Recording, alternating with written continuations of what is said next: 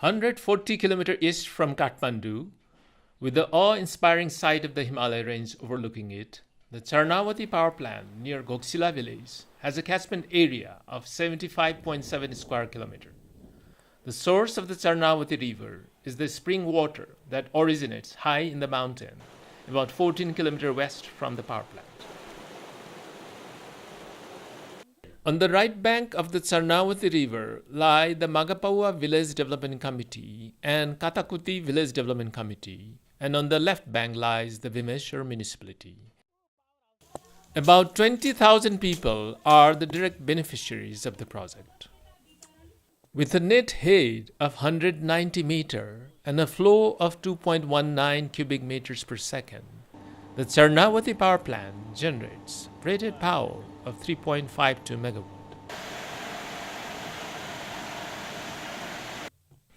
Of the 12 villages that lie in the project area, Ghoksila village, with a population of 900, is the closest to the power plant.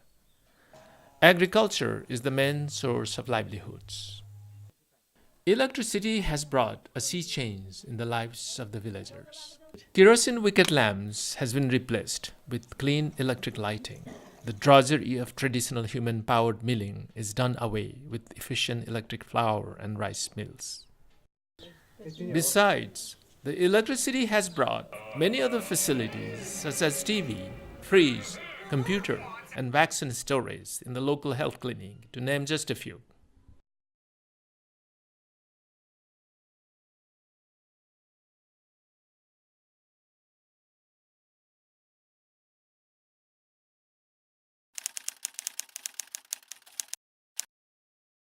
बत्ती बालेर टुकी बत्ती पनि थिएन हजुर हामी कहाँ द्यालो बालेर काम गर्थ्यौँ पिन्नु कुट्नु पर्थ्यो रातभरि कुट्नु पर्थ्यो रातभरि पिन्नु पर्थ्यो बुहारी भएपछि अनि द्यालो बालेर कुट्थ्यौँ पिन्थ्यौँ त्यहाँबाट यो बत्ती आयो टुकी बत्ती आयो अनि टुकी बत्तीमा बालेर हामी काम गऱ्यौँ अनि पछि यो बत्ती आयो बत्ती आएपछि हामीलाई धेरै सुविधा भयो स्वर्ग छ नि अहिले त उहिलेको भन्दा स्वर्ग अहिले त अहिले बत्ती आएको छ भाँडा मान्दा नि सजिलो छ उता खाना बनाउन नि राति खाए पनि सजिलो छ अब दिउँसो रेडियो बजाए पनि भयो टिभी हेरे पनि भयो अहिले आनन्द छ अहिले त स्वर्ग छ उहिलेको हेरी स्वर्ग छ अहिले हाम्रो पालामा त साह्रै दुःख काट्यौँ अहिलेका छोरी बुहारीलाई त स्वर्ग हामी अलि चाँडो जन्मेछौँ जन्मिनु चाँडो भएछ यति बेला चाहिँ भर्खर 5-6 वर्षको हुन पाएको भए चाहिँ यो संसार देख्न पाइने रहेछ हामी अलि छिटो भयो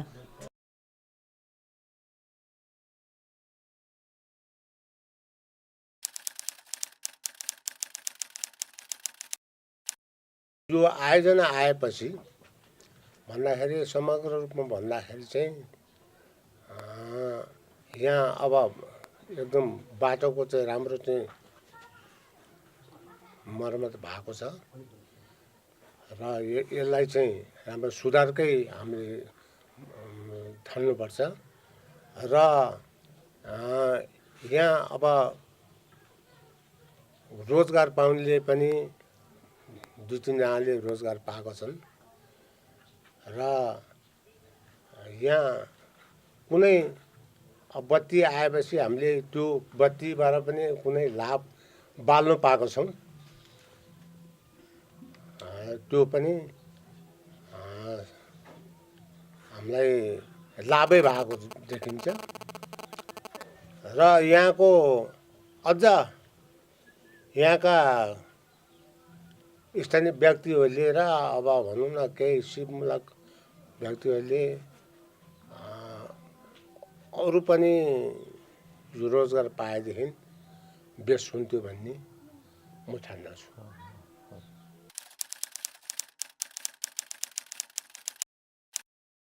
निर्माण कार्यमा त समग्र रूपमा धेरैले नै पाएछ र यो 200-300ले पाए अब आयोजना सकिसकेपछि त अहिले त यसको मर्मत र सम्भार मात्रै हो मर्मत र सम्भारमा पनि 19 जना जुन यहाँको स्टाफ मध्ये 18 जना त यही क्षेत्रकै रहेछ लोकलै छन्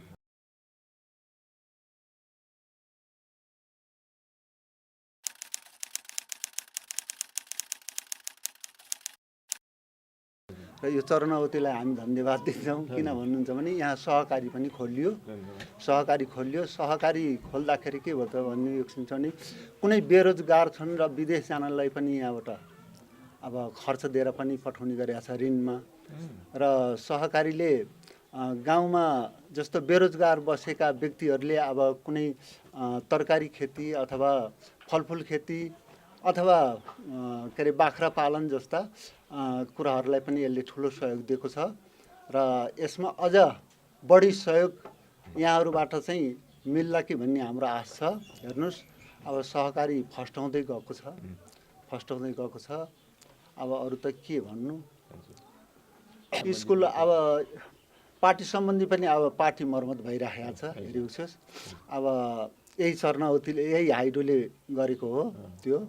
अब अझ त्यसलाई सुधार गर्नु पाएदेखि अझ राम्रो हुने थियो भन्ने हाम्रो आशा छ। हेर्नुहोस् पहिला चाहिँ लोड सिलिङै थियो। हेर्नुहोस् अब धेरै के अरे भनौँ 2-4 घन्टा नै जान्थ्यो बत्ती। अहिले जब यो आइसकेपछि बत्तीको हामीलाई कुनै पनि समस्या छैन र यहाँ चाहिँ लोड सिलिङ भएको छैन। हेर्नुहोस् अब उखुल झुकुल केही अवरोधको कारण फ्याट्ट गयो भने पनि तुरुन्तै आइहाल्छ।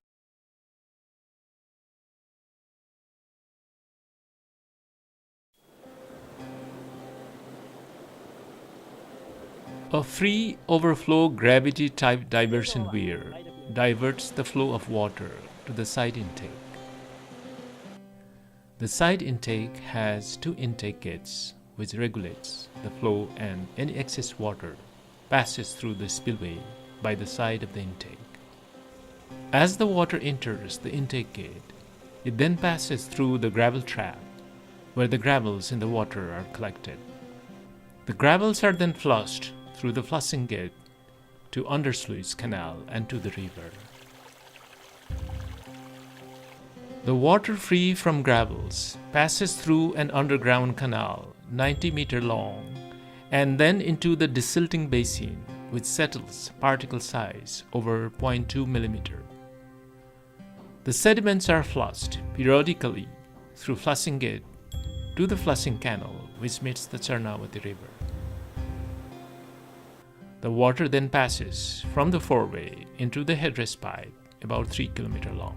The end of headrest pipe is connected to a single-lane penstock pipe, 430 meters long. The penstock pipe, prior to entering the powerhouse, has a bifurcation. Each of the penstock pipe is then connected to the Pelton turbine through a gate valve. After the gate valve, the water then passes through 2 nozzles into the turbine.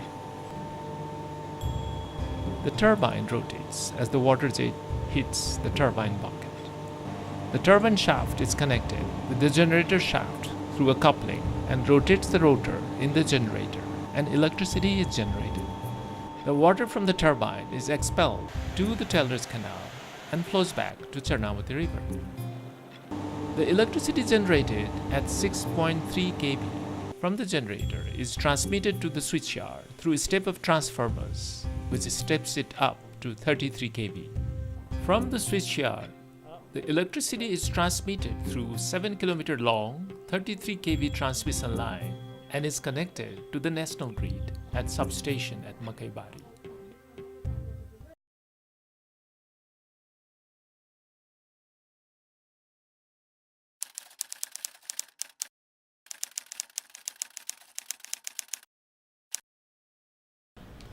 Well, the challenge with a small project is making sure that, yet again, it's about finance, but making sure you choose the technology appropriately, because the hydropower industry, in a sense, is plagued with large projects, and then we bring down the engineering to match smaller projects. But that somehow will not work when it comes to private funding. So you have to have innovative technology, and for Charnavati that was the case. We had to find a technology that worked, that made the project financially viable, but also it worked. So we had, and the rivers in Nepal are very complicated. They have their own particular nature. These are the Himalayan rivers, and they don't conform to global standards.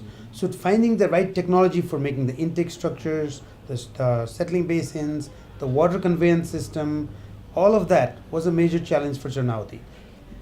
But once that was settled, then once our engineering took care of that, then it was a question of managing social expectations, dealing with the local people's aspirations to own parts of the project, and then the rest of the administrative parts of it.